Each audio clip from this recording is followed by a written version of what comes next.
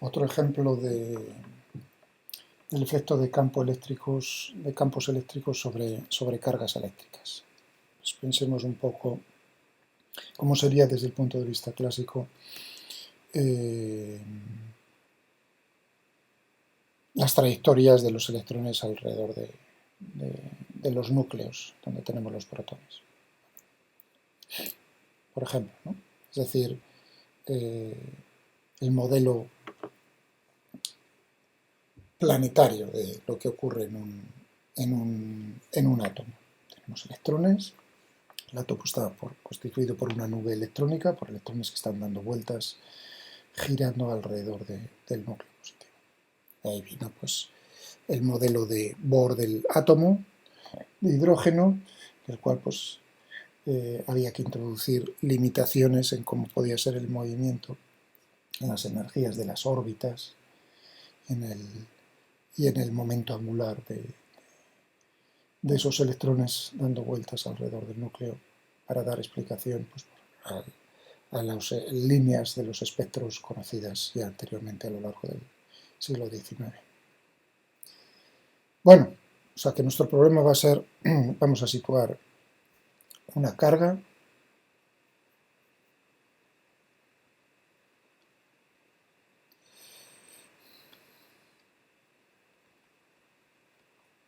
eléctrica, vamos a suponerla positiva, si queréis, en el origen de coordenadas.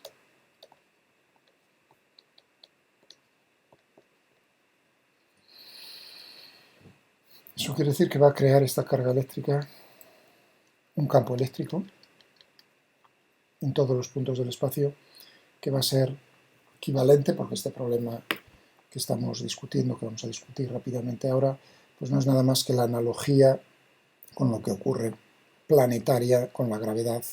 Tenemos al Sol situado en el origen de coordenadas y cómo se mueven los planetas alrededor del Sol. Ley de gravitación universal, naturalmente el campo gravitatorio en ese problema no es un campo gravitatorio uniforme, es decir, ya no es tan sencillo como en lo que hemos visto anteriormente, pero dentro de lo que cabe pues es un campo gravitatorio sencillo, el mismo que va a crear de la misma forma una carga eléctrica quieta situada en el origen de coordenadas. Tendremos la constante de Coulomb, el valor vamos a poner que es Q, vamos a poner Q mayúsculo. Tenemos aquí tenemos X y Z y el campo eléctrico que crea esa carga, ley de Coulomb, en un punto, en cualquier punto del espacio, pues vendrá dado por la distancia inversamente proporcional a la distancia al cuadrado de ese punto donde se encuentra la carga Q, que es el origen de coordenadas.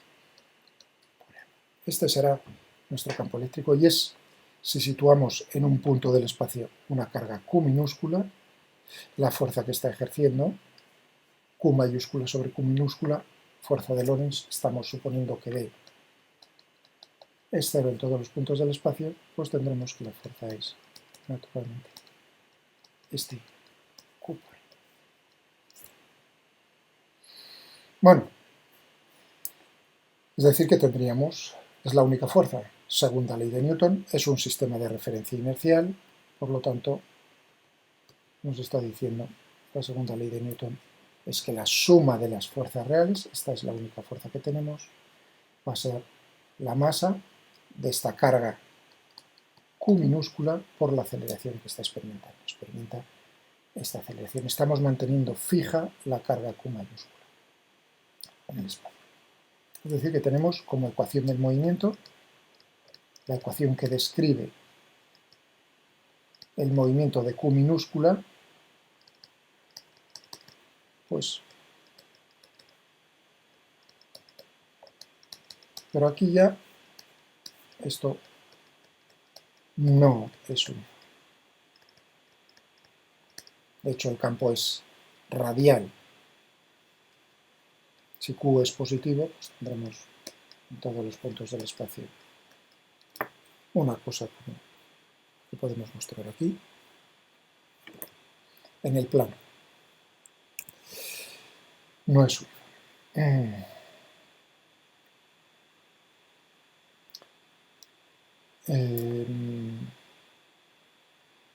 Bien, vamos a hacer el problema lo más sencillo posible para que esté el movimiento contenido en el plano XY. Simplemente escogeremos entonces los ejes X y Z de tal manera que la velocidad en el instante inicial, v sub 0, esté contenida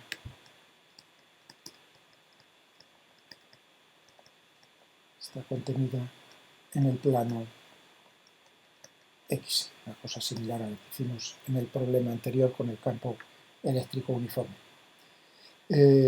Si eso es así, eso quiere decir que la fuerza y por lo tanto la aceleración en ese instante inicial está también contenida en el plano XY. Está contenida en el plano XY y además tengo que añadir, que se encuentra y la partícula y la carga se encuentra en ese plano, en ese mismo plano. Es decir, que Z en el instante inicial, la componente Z de la posición inicial es cero. Bueno, si eso es así, entonces la fuerza, la aceleración está contenida en el plano XY, eso quiere decir que la componente Z de la aceleración es cero, eso quiere decir que entonces la velocidad en un instante posterior va a estar en el plano XY y así una y otra vez tendremos que la velocidad siempre estará contenida en el plano XY, ya que inicialmente la posición está también en el plano XY, el movimiento de la partícula estará siempre en el plano XY, dicho de una manera sencilla. Es decir, tendremos un problema en estas condiciones, con estas condiciones iniciales,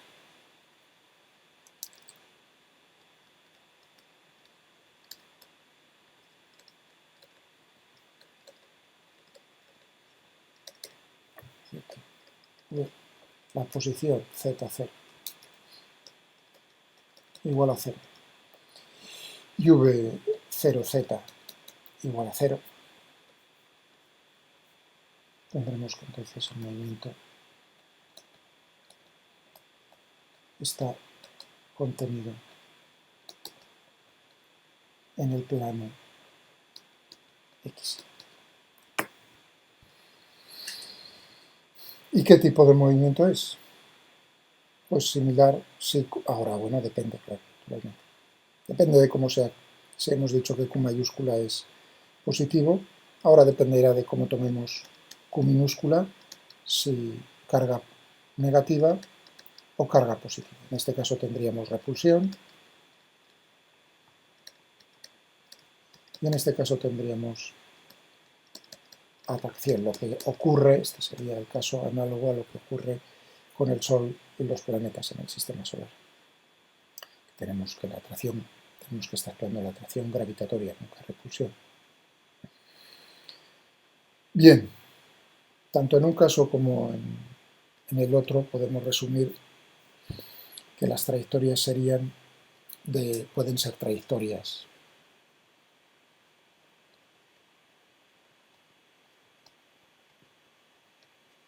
abiertas o bien trayectorias únicamente en el caso de la atracción.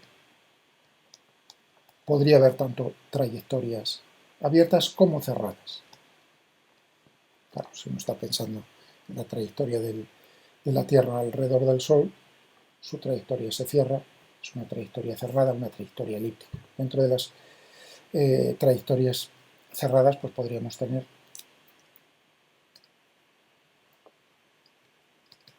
elipses, trayectorias elípticas, un caso particular de una elipse es una circunferencia, podríamos tener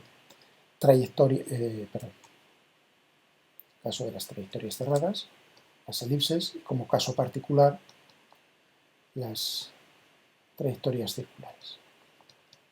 Pero es un caso particular de elipse. Y en el caso de las trayectorias abiertas, podemos tener trayectorias parabólicas, es un caso límite, o bien trayectorias que son hiperbólicas, hipérbolas y parábolas. La parábola no es nada más que el caso límite entre una trayectoria cerrada, entre una elipse, y una abierta, de una hipérbola. En el caso de, así por citar un problema muy bonito desde el punto de vista histórico, experimental, que no sea naturalmente referirse a la atracción gravitatoria de los planetas, en el caso este de la repulsión, es precisamente el experimento que realizó Rutherford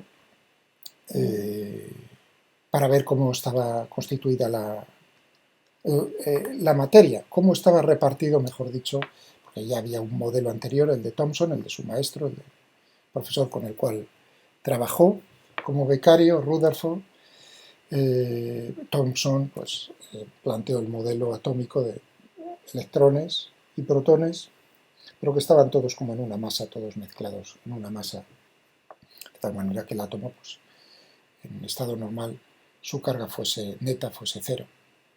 Y lo que hizo Rutherford fue un experimento que fue bombardear con partículas alfa, que son núcleos de helios, de ciertos protones, dos neutrones.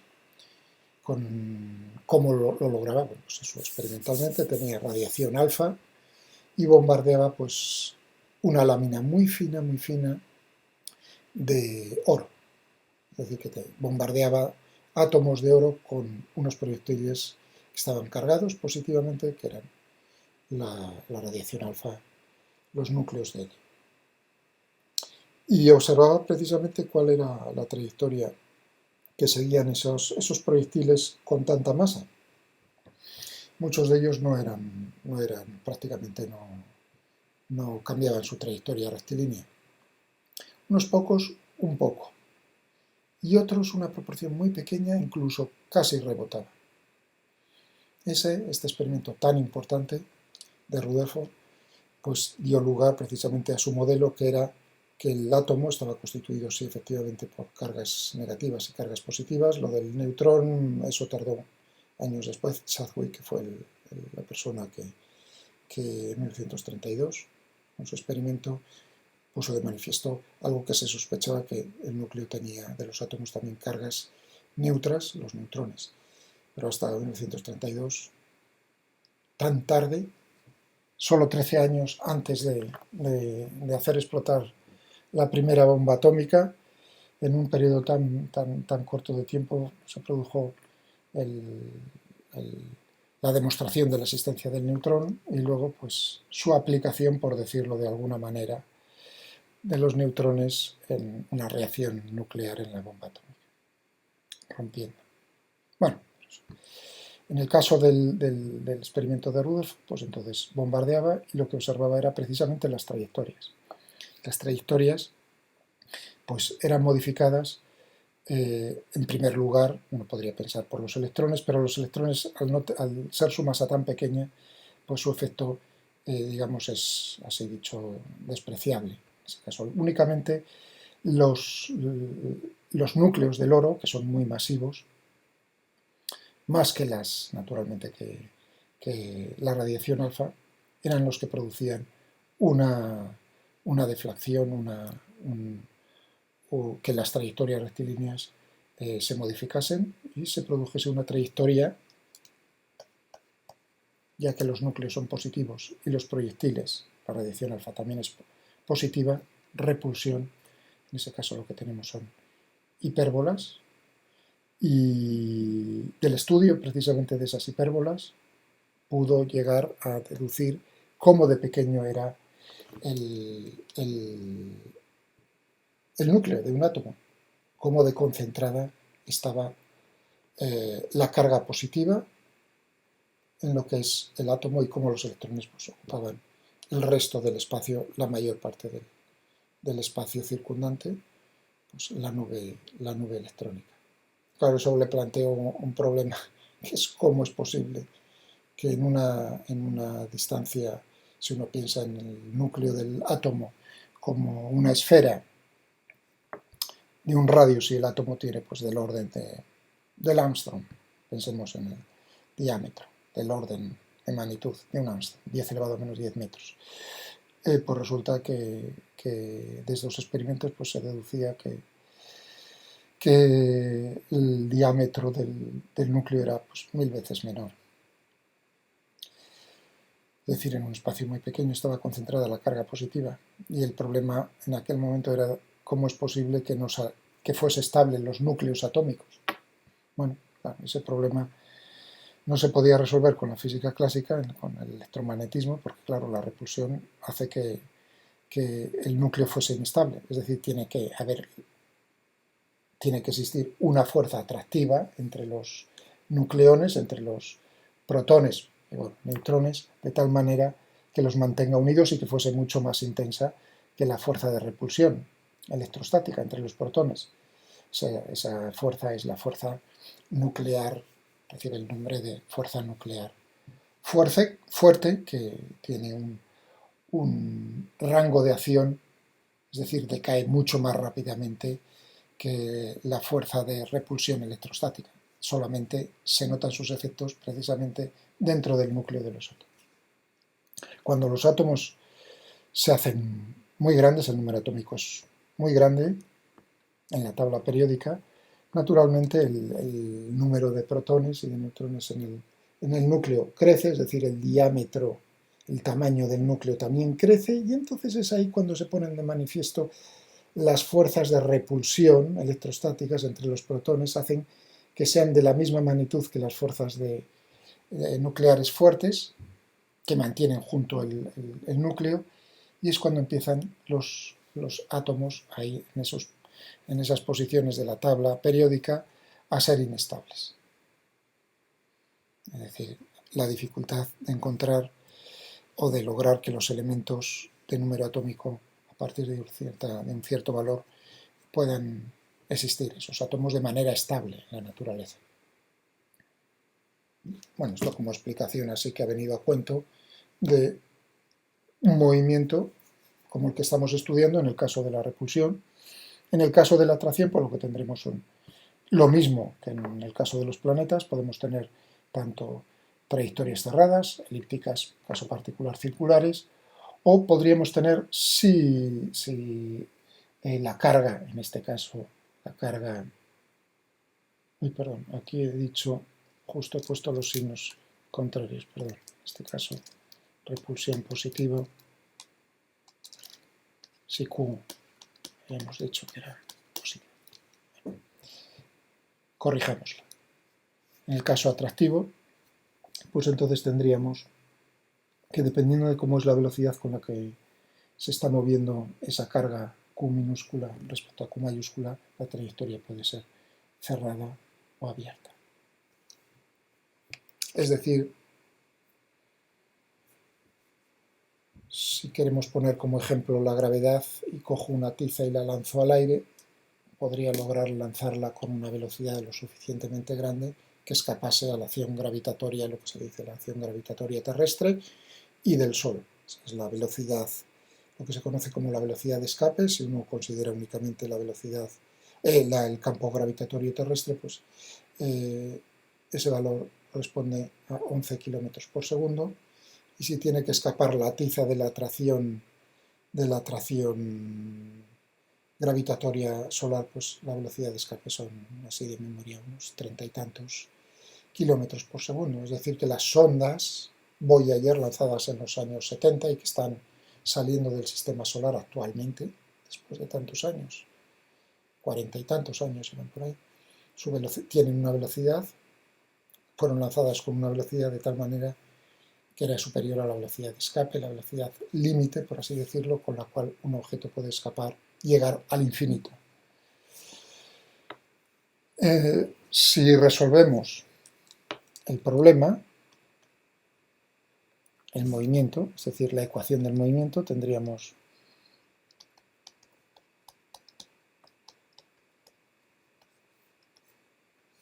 este problema donde el campo eléctrico tiene la forma que hemos dado inicialmente.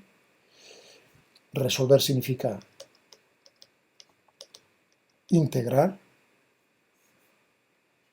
la derivada segunda del vector de posición con respecto al tiempo dos veces.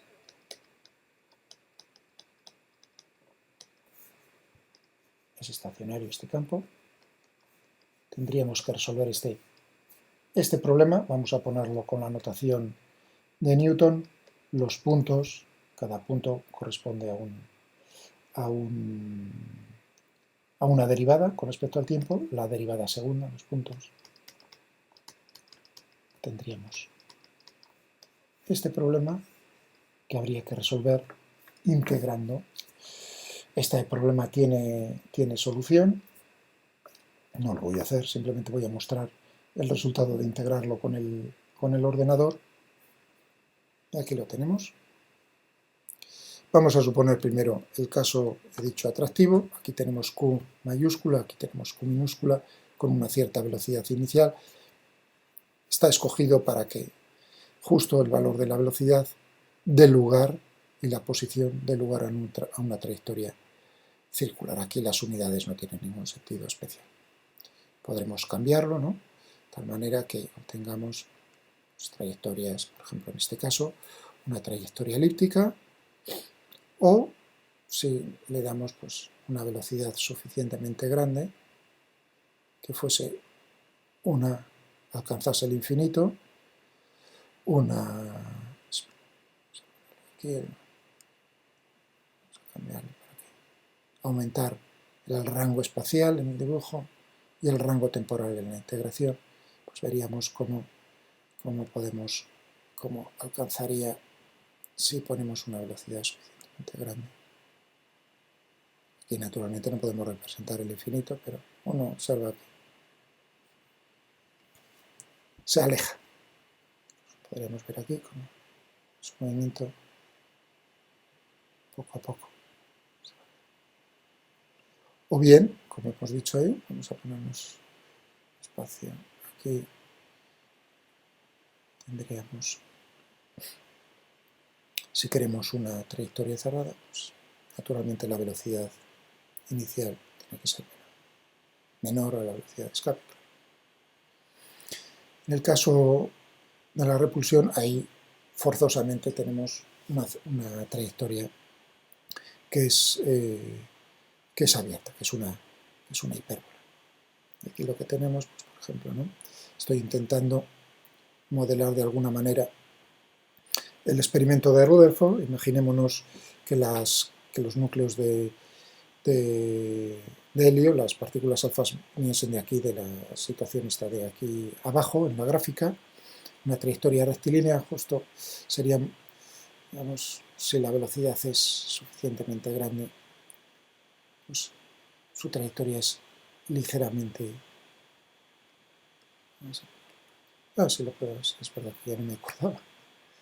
Madre mía, eso que lo hice hace años. Bueno, ¿no? Viene por aquí, o podríamos ponerlo si queréis. Totalmente. Tenemos aquí la fuente. Vamos a poner especial. Vamos a poner por aquí. Tenemos aquí la fuente de radiación alfa. Se están moviendo de derecha a izquierda y lo que vemos es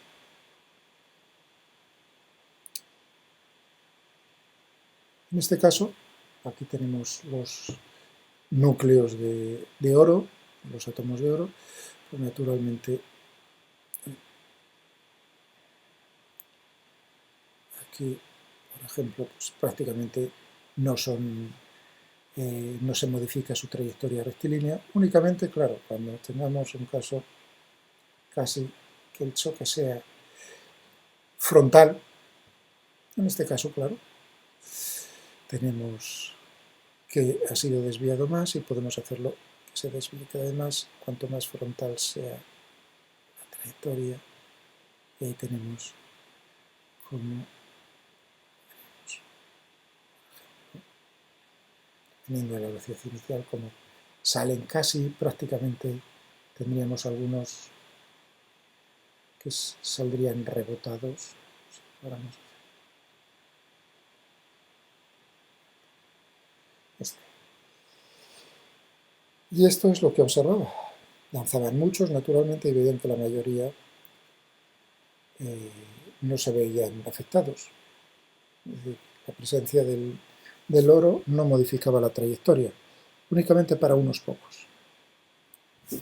Y de ese estudio de cuántos y con qué ángulos, como la sección eficaz y esas cosas, pudo deducir el modelo o pudo plantear su modelo, el modelo del átomo de Rutherford, que era un paso más adelante respecto a lo que es el modelo de Thomson.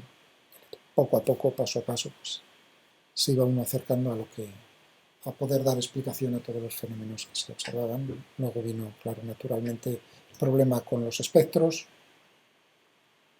atómicos, y esos, pues, de esos dio cuenta en su modelo Bohr, el científico danés Niels Bohr, que fue precisamente, todo tiene también incluso históricamente es bonito de estudiarlo, Thomson como jefe digamos, como profesor con el cual estudió Rutherford, origen neozelandés, en Manchester, era el centro, digamos, a finales del siglo XIX de la física atómica, como los ingleses se dejaron comer el terreno por los alemanes, austriacos, por Europa continental, digamos.